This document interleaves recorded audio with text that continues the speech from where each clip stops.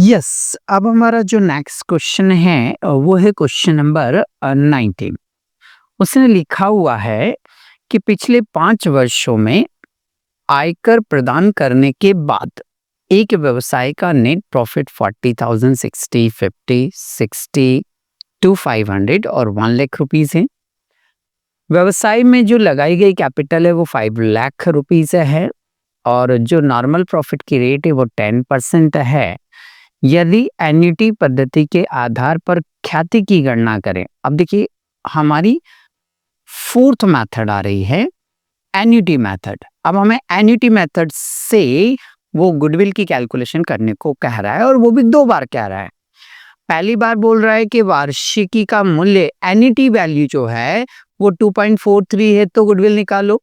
दूसरी बार बोल रहा है एन्युटी का वैल्यू 0.5678 है तो फिर गुडविल का वैल्यू निकालो। ठीक है भाई, ठीक है, निकालते हैं। सबसे पहले अब मेथड चेंज हुई हमारी, तो सर क्या स्टेप चेंज होगी? हाँ, थोड़ी सी होगी, ज्यादा नहीं होगी। तो चलिए पहले तो सुपर प्रॉफिट तक हमें वैसे के वैसे क्वेश्चन को ले जाना है। कहां तक? सुपर प्रॉफिट तक क्वेश्चन को एज इट इज लेके जाना है, कोई चेंज नहीं करना है। तो पहले क्या करते हैं हम? बोले सर पहले निकालते हैं हम इसका एवरेज प्रॉफिट। क्या निकालना होता है हमें? एवरेज प्रॉफिट निकालना होता है।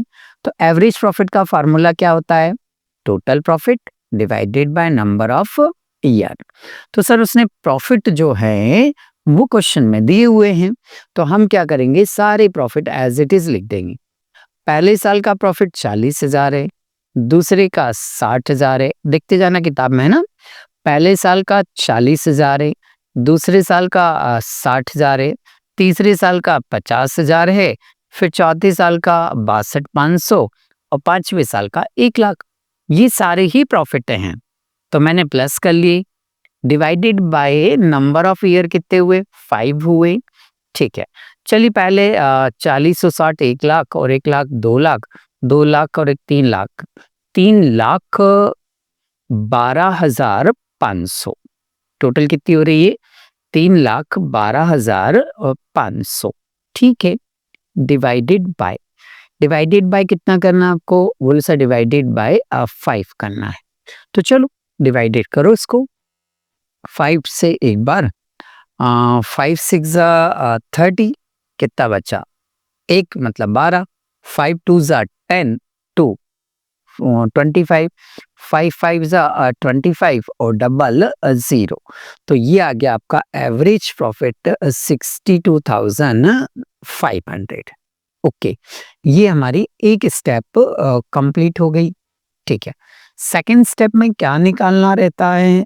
बोले सर सेकंड स्टेप में निकालना होता है नॉर्मल प्रॉफिट। क्या निकालना होता है? नॉर्मल प्रॉफिट निकालना होता है। ओके, तो नॉर्मल प्रॉफिट निकालने का फॉर्मूला क्या होता है? तो फॉर्मूला होता है हमारा capital employed into normal profit की rate divided by 100 as equal क्या आना है? आपका नॉर्मल प्रॉफिट आ जाएगा। ओके, क्वेश्चन में देखो, जल्दी से फटाफट देखो। कैपिटल एम्प्लॉयड दिए? बोले हाँ सर कैपिटल एम्प्लॉयड दिए उसने 5 लाख रुपए। नॉर्मल प्रॉफिट की रेट? हाँ सर हमने रेट की थी 10% दी है। डिवाइडेड बाय क्या रखना है आपको? 100। जीरो से क्या जीरो कैंसिल हो गया? हाँ। फिर इस जीरो से ये जीरो कैंसिल? हाँ। ये 50,000 बचा, तो ये 50,000 क्या हो गया? हमारा नॉर्मल प्रॉफिट हो गया। ठीक है भाई, ये नॉर्मल प्रॉफिट आ गया। ये हमारी कौन सी स्टेप हो गई? बोले सर ये हमारी दूसरी स्टेप हो गई। थर्ड स्टेप में क्या करते हैं हम? बोले सर फॉर्मूला लगाते हैं एवरेज प्रॉफिट, जिसको एक्चुअल प्रॉफिट भी कहते हैं हम। एवरेज प्रॉफिट जिसको हम एक्चुअल प्रॉफिट भी कहते हैं। तो एवरेज प्रॉफिट माइनस माइनस क्या करना है आपको? नॉर्मल प्रॉफिट माइनस क्या करना है आपको? नॉर्मल प्रॉफिट बराबर क्या आएगा आपका? Super profit. तो ये हमने फॉर्मूला लिख लिया है अपन। अब इस फॉर्मूले के अकॉर्डिंग अब वैल्यू पुटअप करते जाइए। क्या रखना है हमें? Average profit. तो एवरेज प्रॉफिट देखो ये यहाँ दिया हुआ है, तो यही एवरेज प्रॉफिट उठाकर यहाँ पर क्या करेंगे, हम नोट कर देंगे। माइनस का साइन ये लगाया हमने। नॉर्मल प्रॉफिट अभी निकालें हम, ये रहा आपका नॉर्मल प्रॉफिट 50,000। तो ये 50,000 हम यहाँ पर नॉर्मल प्रॉफिट लिख देंगे। ओके, लेस करना है 62,500 में से 50,000 लेस करेंगे तो ये आएगा आपका 12,500 रुपीज। ये 12,500 क्या आ गया आपका, सुपर प्रॉफिट आ गया हमारा। जी जी जी, तो हमने क्या बोला था कि सुपर प्रॉफिट तक सवाल को एज इट इज ही लाना है, उसमें कोई चेंज नहीं करना है। अब चेंज क्या करना है ये समझिए। उसने बोला एनिटी मेथड से क्वेश्चन को सॉल्व करिए।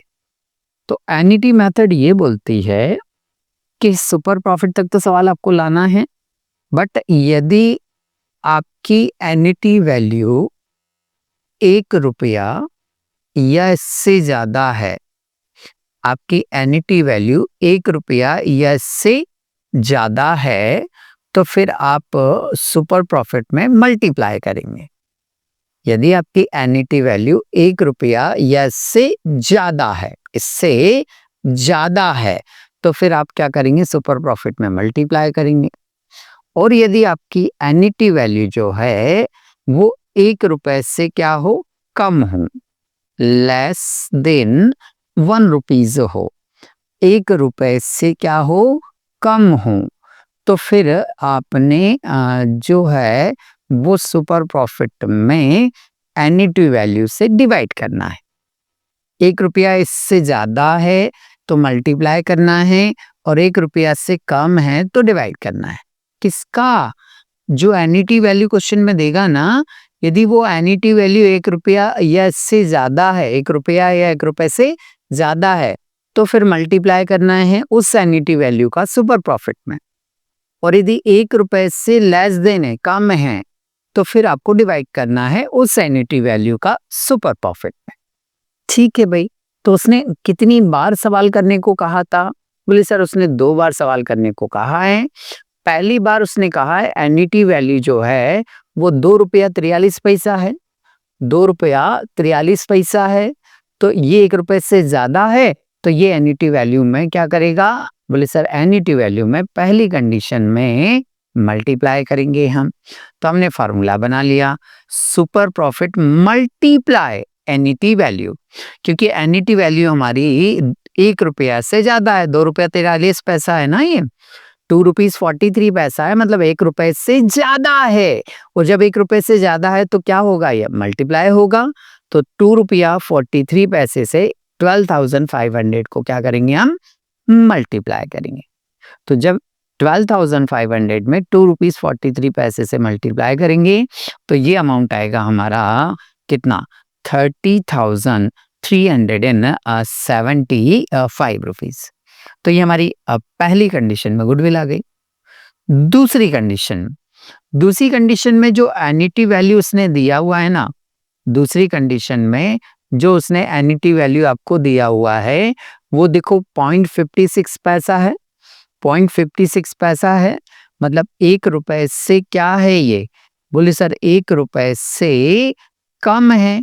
और जब 1 रुपए से कम हो तो एनिटी वैल्यू को सुपर प्रॉफिट से क्या करेंगे, हम डिवाइड करेंगे।